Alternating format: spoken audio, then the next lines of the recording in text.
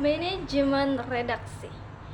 Manajemen redaksi adalah proses mengelola sumber daya jurnalis, editor, fotografer, teknisi, dan alur kerja untuk menghasilkan produksi jurnalistik seperti berita, artikel, dan laporan secara efisien dan berkualitas.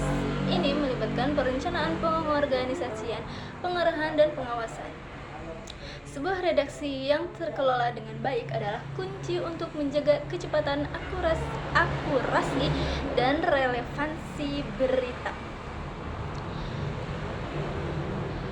Nah, alur kerja redaksi umum dalam sebuah redaksi berita berikut. Yang pertama, rapat redaksi.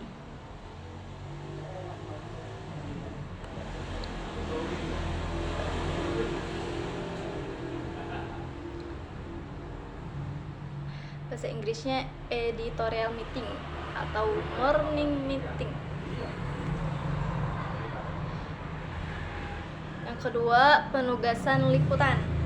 Yang ketiga, pengumpulan data dan peliputan. Yang keempat, penulisan berita. Yang kelima, penyuntingan atau editing. Yang keenam, verifikasi akhir. Yang ketujuh, desain dan layout. Yang kedelapan, publikasi. Yang kesembilan, evaluasi dan umpan balik.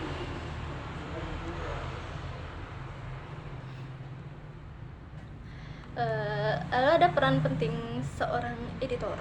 Jadi tanggung jawab utama editor itu yang pertama perencanaan dan penugasan, yang kedua penyuntingan konten, yang ketiga penyuntingan bahasa, yang keempat manajemen dan pembinaan, yang kelima penjaga gerbang etika, yang keenam pengambilan keputusan publikasi. Lalu ada jenjang editor, contoh umumnya. Contoh umum. Yang pertama reporter atau jurnalis, itu penulis berita. Yang kedua ada editor meja atau redaktur. Yang ketiga redaktur pelaksana. Yang keempat memimpin redaksi. Pentingnya koordinasi dan komunikasi. Itu yang pertama. Jadi alur kerja redaksi itu sangat bergantung pada komunikasi yang efektif.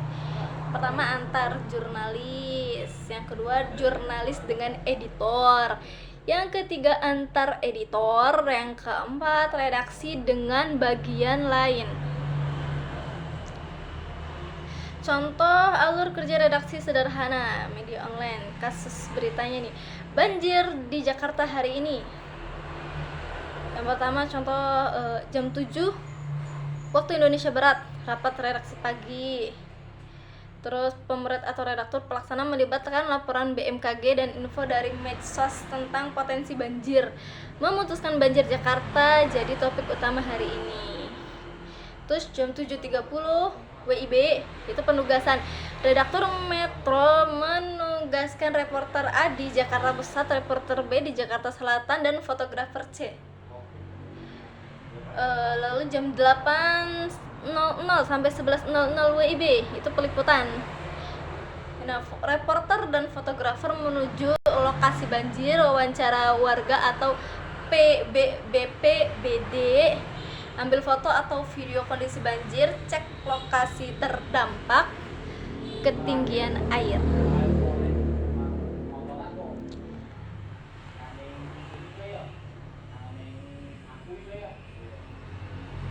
Dan jam 11 sampai 12 itu penulisan, jam 12.00 sampai 13 WIB itu penyuntingan, jam 13.00 sampai 13.30 WIB juga penyuntingan. Kalau yang pertama redaktur Metro, kalau ini penyuntingan editor bahasa atau copy editor. Ya, lalu 13.30 sampai 14.00 WIB verifikasi akhir atau persetujuan pemerit atau redaktur pelaksana. Jam 14.00 WIB itu publikasi. Dan lalu sepanjang hari update dan evaluasi. Jika kondisi banjir berubah, jurnalis melakukan update, editor memantau engagement berita dan mempersiapkan materi untuk rapat evaluasi esok hari.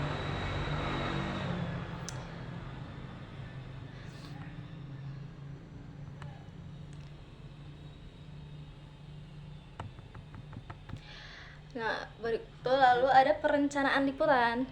Nah, perencanaan liputan adalah tahap awal dan krusial dalam proses produksi berita. Ini adalah proses sistematis di mana jurnalis dan tim editorial menentukan apa yang akan diliput.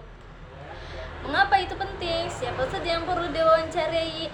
Di mana informasi dapat ditemukan dan kapan semuanya harus selesai?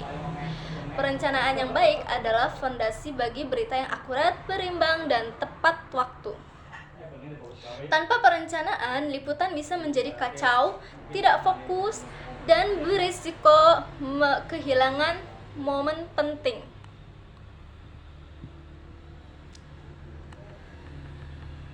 Nah, identifikasi topiknya.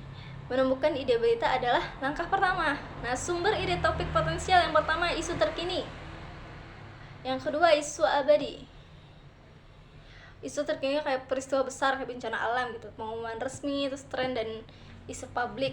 Yang kedua isu abadi ini kayak human interest, kisah inspiratif, profil tokoh, gaya hidup, tren kuliner, pariwisata gitu.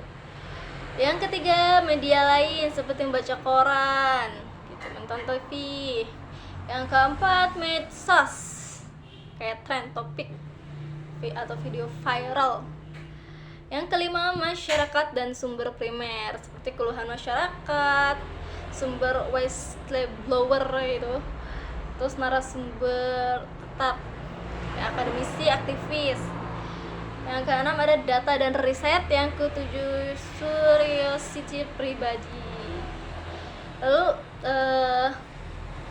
setelah mengidentifikasi banyak ide, penting juga untuk memilih dan membatasi topik agar liputan fokus dan mendalam. Pertimbangannya, yang pertama nilai berita, yang kedua ketersediaan sumber, yang keempat waktu dan sumber daya, yang kelima sudut pandang atau angle. Jenis-jenis sumber informasi. Yang pertama sumber manusia. Ada narasumber primer, ada narasumber sekunder. Yang kedua ada sumber dokumen, ada resmi, ada non resmi. Dan yang ketiga sumber observasi atau lapang. Yang keempat sumber data. Yang kelima sumber online. Evaluasi dan verifikasi sumber. Ada kredibilitas, akurasi, bias, kedalaman, kejelasan. Lalu ada strategi pencarian sumber. Yang pertama mulai dari yang paling mudah, yang kedua snowballing, yang ketiga jejaring, yang keempat database. Lalu ada schedule-nya. Elemen penting dalam jadwal liputan itu yang pertama tenggat waktu publikasi, deadline-nya. Yang kedua daftar tugas. Yang ketiga alokasi waktu. Yang keempat logistik. Yang kelima tim, jika liputan tim. Yang keenam rencana darurat. Nah, manfaat jadwal yang baik itu yang pertama efisiensi waktu, yang kedua fokus, yang ketiga pengelolaan sumber daya, yang keempat prediktabilitas. Nah, komponen proposal liputan. Yang pertama judul kerja, yang kedua latar belakang isu, yang ketiga angle berita, yang keempat hipotesis atau pertanyaan utama, yang kelima potensi narasumber, yang keenam potensi sumber data atau dokumen, yang ketujuh rencana peliputan, yang kedelapan tenggat waktu, yang kesembilan potensi tantangan dan solusi, yang kesepuluh kebutuhan logistik.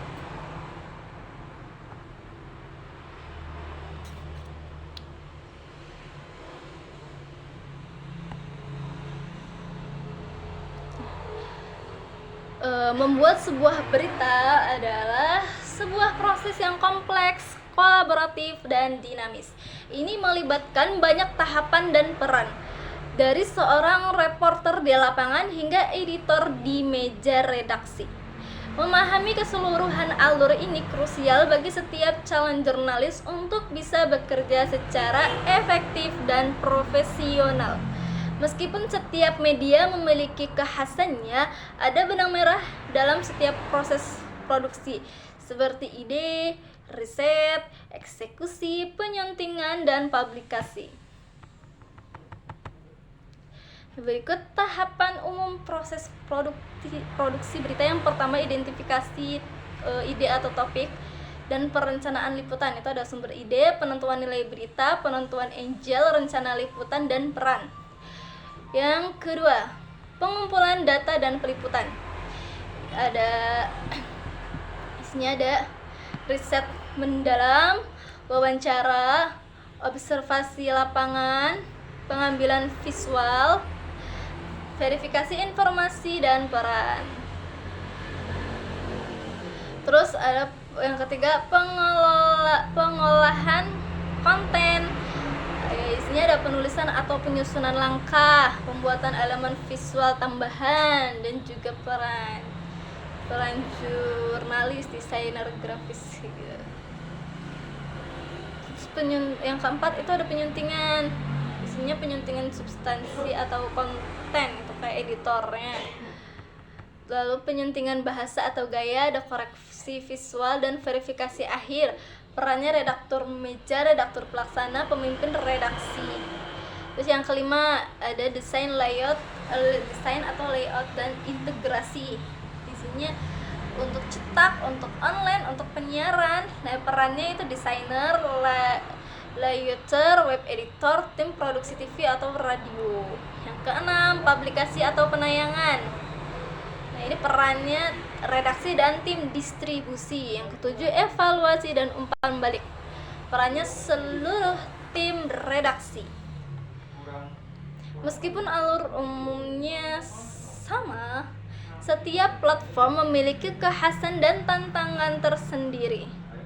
Ya, ada produksi media cetak. Yang pertama, kecepatan, lalu ada visual, bahasa, fleksibilitas, pendapatan, dan produk akhir. Lalu ada produksi media online. Yang pertama, kecepatan, visual, bahasa, fleksibilitas, interaktivitas, pendapatan, dan produk akhir. Yang ketiga ada produksi berita penyiaran seperti televisi dan radio. Yang pertama itu kecepatan, visual, suara di radio, narasi, tenggat waktu, dan produk akhir. Dalam setiap tahapan produksi berita, aspek-aspek yang telah dibahas sebelumnya harus selalu diintegrasikan. Yang pertama, etika jurnalistik. Lalu ada regulasi media seperti UU Pers dan KPI, UU ITE. Terus hak dan kewajiban jurnalis, manajemen redaksi. Simulasi produksi berita lengkap. Isinya yang pertama ada ide dan perencanaan. Lalu yang kedua ada pengumpulan data.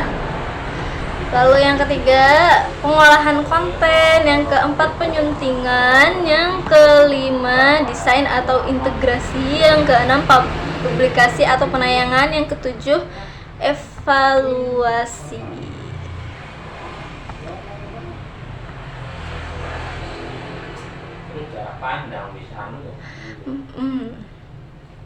Mahasiswa dapat memilih salah satu jenis produk jurnalistik. Ini ada pilihan produk jurnalistik.